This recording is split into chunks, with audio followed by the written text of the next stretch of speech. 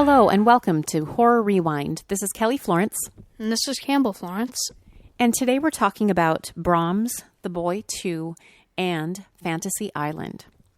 So Campbell and I went to see Brahms, The Boy 2 on opening night.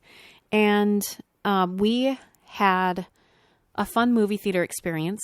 There were a couple of guys, I think I said to Campbell, I think they're drunk or high.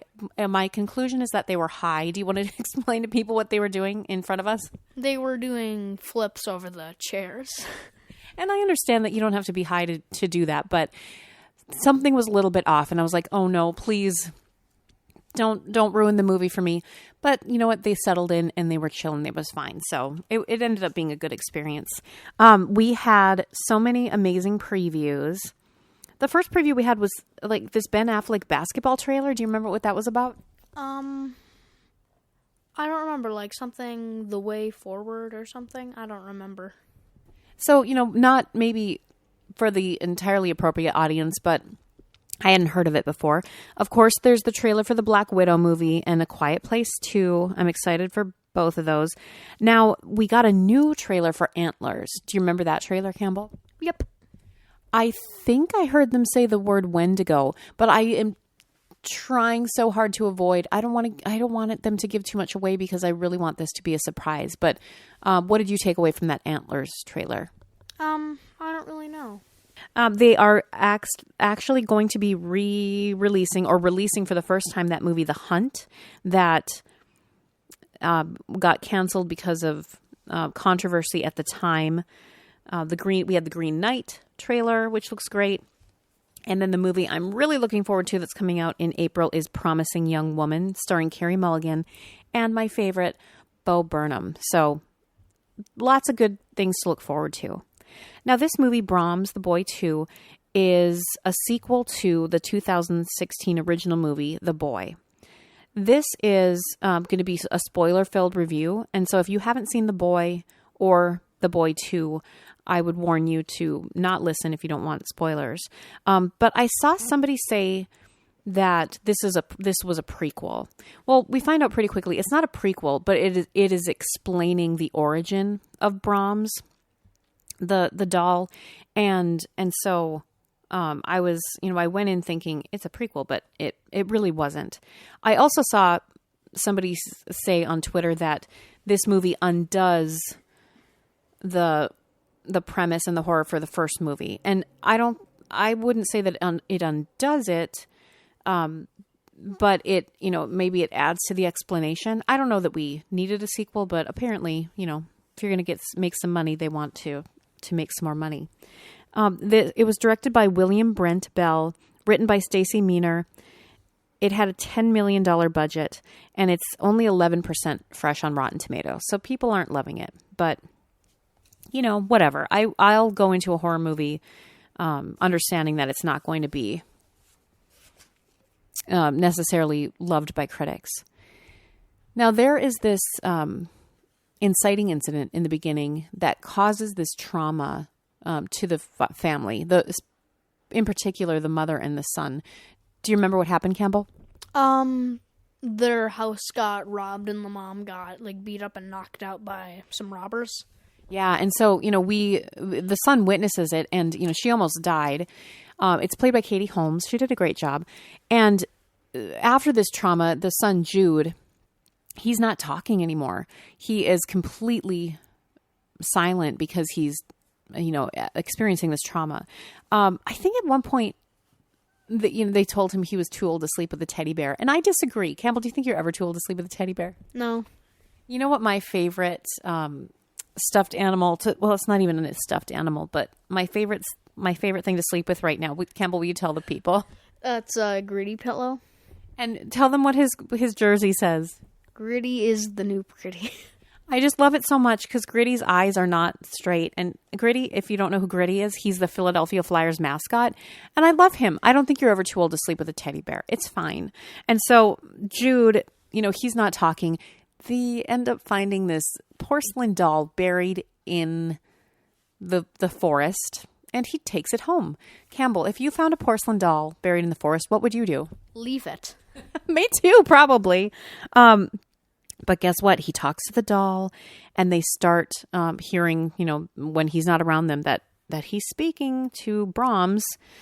I know that this is a thing that therapists and counselors use, is dolls or puppets to help children speak, and deal with their trauma or PTSD, because it's a way to sort of detach from themselves or act out the scary things. And so this is a real thing that could happen. And, just because he's attached to this porcelain doll doesn't mean that there's anything wrong with that. Maybe it's therapeutic.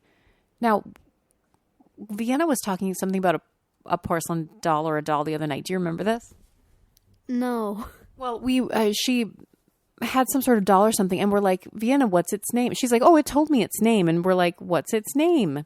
And I said under my breath to Campbell, I'm like, if she says it's Brahms, I'm going to drive this car off the road, because I would be so freaked out. But do you remember what she said? I don't remember. Well, it wasn't Brahms, thank God. Another theme in this movie is the mom, Katie Holmes, is dealing with what we would call and we call in our book, The Science of Women in Horror, the theme of hysteria. Is she losing her mind, or is the doll really possessed and creepy? And, people are going to dismiss her and say, oh, it's because of your trauma, or you're too worked up, or you're just scaring yourself. But really, yeah, there's something wrong with this doll. Do you remember some of the things in the history that we find out about Brahms? He's responsible for a lot of people dying in that house. Yes, it's not been good. And so, there really was a guy living in the walls of the house before. And those parents really did walk into the sea to perish. But this doll apparently has been with generations of families, and it's not been okay. Something that I felt was unnecessary is this dog. The guy's dog ends up dead. Yeah. Oh, and wait, didn't I tell you that guy, that caretaker guy, he was from The Office, remember? Yeah. Oh, yeah, from the British Office. And I was like, what do I know him from? Then, of course, he's Finchy, right? Yep. Which is the worst. He's like the equivalent to Todd Packard in the American version. Something else that happened in the movie that I made a note of was I hate when the parents make their kids sit there and finish their dinner, because I just don't think it's realistic, and that's like child abuse. And don't force kids to eat. That can't be healthy. Campbell, have I ever forced you to eat anything? No. Okay, good. I didn't have any memory of ever forcing you, but like, honestly, Yeah. So let's rank this movie. We're not going to give the rest away. I mean, it was fine. Let's rank this movie on a scale of 0 to 10. 0 being you hated it, 10 being you think it was a perfect movie. We need a scale. Will you pick something from the movie that we can use as a scale? Maybe those like croquet sticks. Perfect. Yes, a croquet stick does play a role in this movie. And oh gosh, yeah, well, now I am going to spoil a little bit at the end. But when he smashes that doll and we think that it's over, but really it's not, right? Yeah. How many croquet sticks do you give Brahms, the boy, 2? I give it 7. You liked it that much? Yeah, I think it was a good movie. Okay, well, that's good. I'm going to give it a 5. I think it was good, but it wasn't great to me. And I remember when we watched the first movie, we were kind of disappointed about the reveal, because we thought the possessed doll angle was scarier. But in retrospect, I think a guy living in your walls is scarier. Yeah. Hey, what movie were we watching and they had Annabelle on the shelf? Shazam. Yes, we were watching Shazam yesterday, and the Annabelle doll. Speaking of creepy dolls, it was on the shelf. So that was a nice little Easter egg. Well, now Mark and I went to see Fantasy Island, so we're going to talk about that. We had the opportunity while we were in lovely Arizona to go to a movie one night. Our kids really wanted to see Sonic the Hedgehog movie, so they went to that, and Mark and I went to see Fantasy Island. It's currently at 10% fresh on Rotten Tomatoes. It had a budget of $7 million, and the box office so far, it has made $25 million. It's an interesting counter programming option for Valentine's Day because it's sort of the anti-Valentine's Day typical movie. But you know what? What better way to celebrate Valentine's Day than a horror movie, right, Mark? I agree 100%. It was written and directed by Jeff Wadlow, and it's starring Michael Pena in the main character role. I loved him in Ant-Man. I think he is one of the funniest characters. He co-owns that company with Paul Rudd, in Ant-Man, and he's just so funny. My favorite thing is when he's telling the stories and they have his voice, dubbing like all the rest of the characters in the flashbacks acting for his stories. It's so hilarious. Yeah, and he's in Narcos Mexico as Kiki. I can't remember his last name, the DEA agent, so that was pretty good too. Does he have a comedic flair in that show as well? No, not at all. Wow. Well, good for him. He's got range. I like him. Now, Fantasy Island, of course, is a new spin on the 1977 ABC TV series, Fantasy Island, which I used to watch all the time. I can't believe that this was just like a part of my childhood, and Ricardo Montalban was, the host or the main character, and Tattoo was the little person who would say, "De plane," and then that was my childhood, and these people would come to the island and things would happen. It didn't have this, horror twist or horror bent, but I appreciated this. And there was this woman in the movie, and I can't think of her name right now, but I kept turning to you, Mark, and I'm like, what the heck is she from? And of course I had to look it up, and she's from Mr. Robot. Yeah, no, that was a hard one to pick out, but yep, definitely Mr. Robot. So I like this setup. It's sort of basically this entire thing. We're going to get into some spoilers now. The entire thing is a revenge fantasy about getting back at this group of people who hurt or let somebody die. And one of the things that happened, this woman, she ended up missing out on parenthood. Do you remember? Because she all of a sudden flashed forward, and her daughter was older, but she had missed out on that parenthood piece. How would you feel about missing out on parenthood? I mean, don't you think that raising your kids is that is the parenthood? Yeah, I oftentimes fantasize about not having kids. Just kidding. No, that'd be quite a change, especially if she was single. So it's pretty crazy for her to see what her life would have been like, and with her grown child. And another character, she was bullied, and then she was able to get revenge on her bully, and she was thinking it was like a hologram or something, but it was actually the woman there. It was pretty dark, and it was an interesting take on, would we really want revenge on the people who harmed us, or does revenge not really solve anything? We explore that more in our Signs of Women in Horror book that just came out. We have 3 chapters on the concept of revenge. And so, spoiler alert, it might not be the best. Revenge may not be the best medicine. Now, Mark, if you were going to go to Fantasy Island, what would your fantasy be? Oh my God, I don't know. Maybe to be the best golfer in the world. That'd be awesome. I was going to say that you go to Fantasy Island and then you are in the Masters or the British Open or something, and you're competing against the best of the best from all eras. Here you are against Jack Nicklaus, against Tiger Woods at his prime, against, what was that guy's name? We went to see a movie about him. Well, I don't know. Not Bagger Vance, but the legendary Bobby Jones, maybe? Yes, Bobby Jones. Imagine you go to Fantasy Island and you are in a tournament with all of these people from all walks of generations, and you are the best. That would be sweet, but why don't you let me make my own fantasy? Just kidding. No, that would be awesome. Even to just be a professional golfer and playing the current day Masters would be sweet. I love it. How about you? I think Fantasy Island for me would be going and meeting some of my heroes, past and present, because in order to just sit down and hang out in, at a restaurant or a hotel room, around the pool, whatever, and be able to talk to some of these prolific writers or directors, actors, dancers, people that I admire from stage and screen. I think that would be my fantasy. Sounds great. Why don't we make this happen? Yeah, right.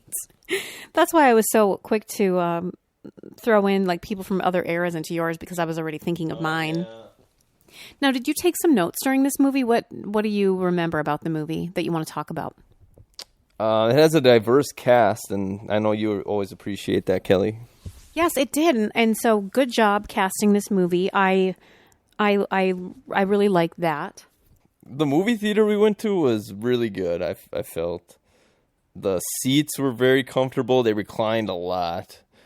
It was super. It was like darker than usual in there, which is good. I thought popcorn was good. I thought they put a little bit too much popcorn on the butter on the popcorn. But other than that, I really liked the movie theater. Yeah. So compared to our local theater, I felt like we could lay almost entirely flat in those seats. Yeah, I think I may have fallen asleep for a few seconds or minutes there somewhere. So that's why my takes aren't that strong today. That's okay. What else did you write down about the movie? Tig from Sons of Anarchy was in it. Oh, yeah, that's the other guy. Remember, we recognized him right away, and he's got such a recognizable face. Yeah, he's like kind of typecast as being Tig, to me at least. The Asian dude from Silicon Valley's in it, like the intern type guy. So is he the one that becomes Tattoo at the end? He was one of the stepbrother guys, I think. Yeah, that's the guy. So yes. Now, do you know where this was filmed? It was a pretty sweet location. I should look it up. But it did look absolutely gorgeous, and I bet it was fun to film wherever they filmed it, because it had amazing views. Something I was listening to the Office Ladies podcast, and Ken Jeong was on as a guest, and he and Angela were talking about how when they were on location for Furry Vengeance, which is a Brendan Fraser movie, they were the only two staying at like this Radisson with the crew, and they walked to a P.F. Chang's. It's an endearing story, so you'll have to listen to that podcast. But it put in perspective to me, like, of course these people are staying near where they're filming, and they're just like staying in hotels and stuff, and like it's almost like summer camp or like being in a play, in theater. You're just with these people for so many hours a day for a short period of time, and you're living in close quarters. You must get close. Yeah, definitely. I'm not too familiar with that, but you've been in some plays, so you probably know more about that than me. Really quick, it was shot in Fiji. That's where the movie was shot. Beautiful. So that's where Vijay Singh is from. He's a golfer. What else do we got here? So yeah, I wrote down, it reminds me of Black Mirror, the Black Mirror series. And I'm just reading this up on Wikipedia here, and it said it's a mixture between Westworld and the Cabin in the Woods. So I'd say Westworld and Black Mirror are pretty similar. Yeah, I think so too. And I definitely get what you're saying with those Black Mirror vibes, because not everything is as it seems. Like you think, oh, it's fine and it's normal, but truly, it's not. So, they kind of led you on to believe that these are all these separate people who won this contest, but then at the end, it turns out that they were all involved with this fire, I believe, at this apartment building where somebody died. So that's kind of why they were there. Yeah, it was the person getting revenge on them for that. And so it was really their revenge fantasy. They all were being led to believe that they're living their own fantasies, but they're really living someone else's revenge fantasy, which is, it's kind of a play on that. So whose idea was this whole deal then?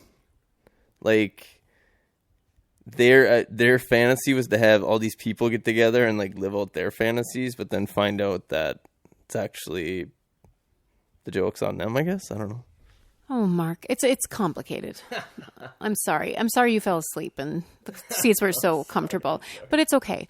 To be frank and fair, I think this movie is good. It made a good attempt. I didn't love it.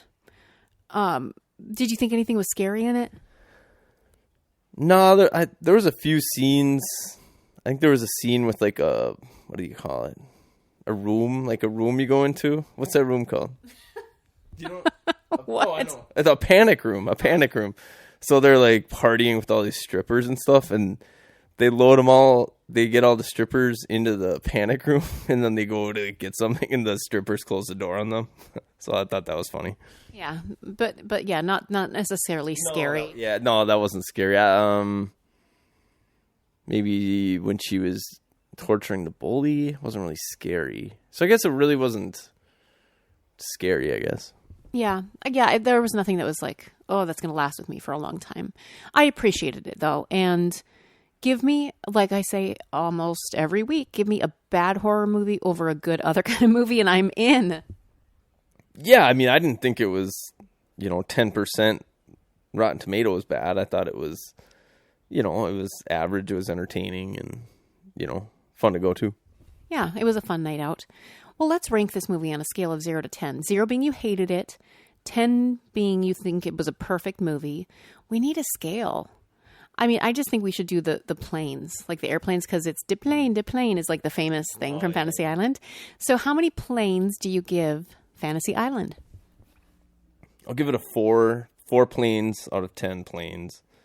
It was a popcorn movie. It was entertaining. It was a little bit challenging to you, like, what's going on here and how is this all connected, but I don't know. I mean, I've seen similar stuff. I mean, like I said earlier, it was similar to Black Mirror or I like Westworld, kind of like this, almost this fake environment where stuff seems real and then you don't know like if it's AI or real people, but yeah, I mean, it was decent. It wasn't like super memorable, and I'm sure I'll probably never watch it again. I'm also going to give it a 4, 4 planes. And I think the casting was great. The acting is great. It was visually very beautiful. Oh yeah, the soldier guy, I kept saying, okay, I recognize this guy too, and I had to look him up. It was one of those movies where everyone's slightly familiar, and he ended up being the guy from Dolphin Tale, the soldier who comes back and he was an amputee, and so he bonded with the dolphin because the dolphin lost his tail. Go to the Clearwater Aquarium in Clearwater, Florida, you guys. It's lovely, and they help injured animals. Yeah, what's that dolphin's name again?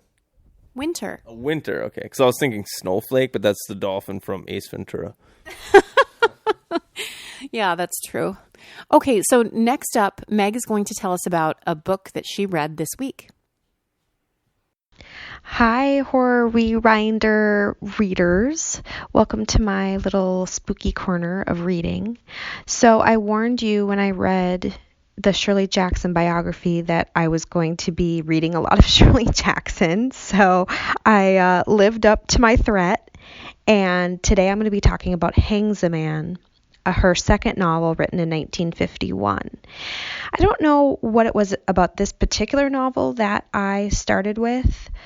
I had just finished The Haunting of Hill House, and I wanted to read something else by her. And one night I was having trouble sleeping, and I have bought all her novels now, and I just kind of picked this one out of the pile and started reading.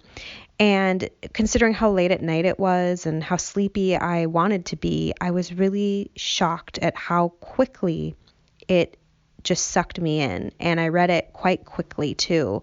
It's just barely 200 pages. So it's quite an easy, well, I wouldn't call it an easy read, but it's a fast read if you want it to be. So how do I describe Hangsaman? And I don't want to give things away because I want you to go and support this novel. But, what struck me was that it's about this 17-year-old girl named Natalie. And she is going to college for the first time. And really on the surface, the plot of the novel it's sort of like a Jane Austen novel where, you could say if you go plot point by plot point, nothing really happens. But the way that Shirley Jackson writes, her subtle way of ratcheting up the suspense, I saw somewhere that it was compared to Turn of the Screw. And I think that's a really good comparison because it's this psychological sort of thriller terror. And you're getting deeper and deeper into her, I guess mental illness is probably the best way to describe it. At first, there's sort of like this feeling of I felt very at one with her where I could understand where she's kind of someone who fantasizes and kind of lives in a creative space in her mind. And that's something that I relate to. But as the novel goes on, it just gets darker and darker and her thoughts are just not normal. And it struck me because I am doing research for our Stephen King, Science of Stephen King book, and I recently have been working on The Rage chapter, a novel that Stephen King wrote, one of his first. In fact, he started it in high school, and it's about a high school boy, the same age. And I think sort of reading these two things at once, it was fascinating how divergent female psychosis and male psychosis are, and that when a male is struggling, they tend to just sort of violently erupt. And of course, I'm generalizing, but then a female tends to internalize and put it all inside of her, and she, of course, eventually erupts, but it's usually in a more self-destructive manner and less in like a violent manner.